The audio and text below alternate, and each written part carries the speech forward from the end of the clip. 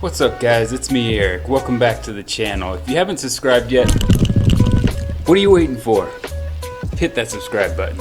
I'm trying to hit 500 subscribers by the end of this year, so any help I can get from you guys would be much appreciated. Alright guys, on to today's video. So in the last video you guys might have watched in my winter build, I took the injectors out and I mentioned about getting them clean, so we're going to do that today. I run Injector Dynamics 1000cc injectors on my car, and primarily use E85, but every once in a while I do switch it up with 91 octane just to flow through the injectors and clean them out of any gunk. But as you guys might be able to see, there's a little bit of buildup on these things, so before throwing them back in the car I want to get them tested and cleaned as well to make sure they're 100%. That way I don't have any issues when I tune the new turbo. If you're local to Las Vegas, I recommend hitting up Alex with 5 Star Injector Solutions. He's highly recommended by a lot of local guys, so that's where we're going to take him to get cleaned and tested. Let's head on up there.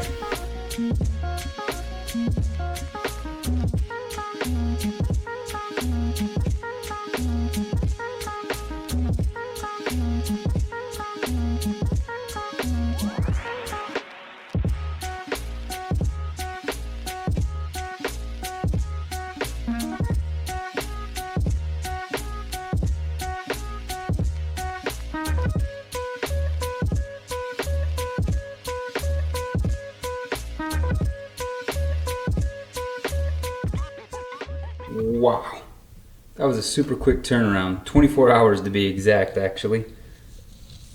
These things look so good, they look perfect, and they flow just like they were brand new. Huge shout out to Alex, thank you so much for getting these done so quickly. Hit him up on Facebook at 5 Star Injector Solutions. Get you guys' injectors clean, trust me, your motor will thank you. I have a project that I want to tackle.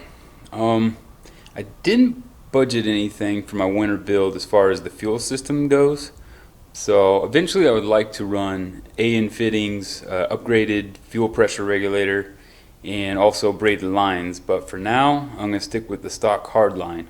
So we're just trying to clean it up and make it black so that way it matches the rest of the theme that's going on with the engine bay. Let me show you guys what I'm talking about. This is the OEM hard line for the fuel.